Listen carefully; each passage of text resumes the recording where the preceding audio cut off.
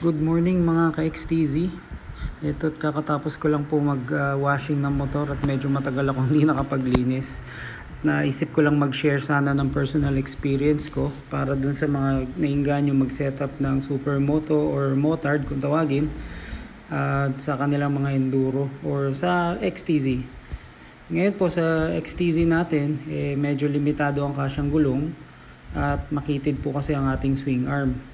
Pati yung chain protector natin kinailangan kong tabasan para kumasya yung wheel size na kailangan na pasok sa size ko. Ngayon yung tire and rim size na ginamit ko dito is pinaka sagad na siguro para sa XTZ dahil makitid nga yung ating swing arm. So sa likod, ang rim size ko is 3.5 by 17. And ang aking gulong 130 by 70 by 17.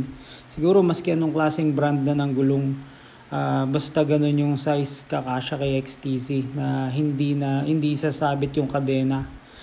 Ngayon sa pangharap naman, ang size ko is 3 by 17. Ang rim, tas sa gulong 110 by 70 by 17.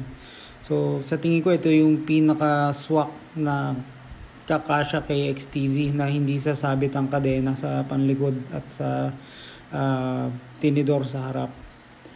Ngayon, pwede naman kayong gumamit maski anong rim, maski anong size ng or maski anong brand ng gulong.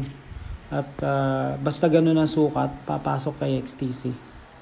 Ayun lang, share ko lang yung experience ko at sana makatulong sa mga nag-iisip mag-setup ng motard at supermoto. Have a good day.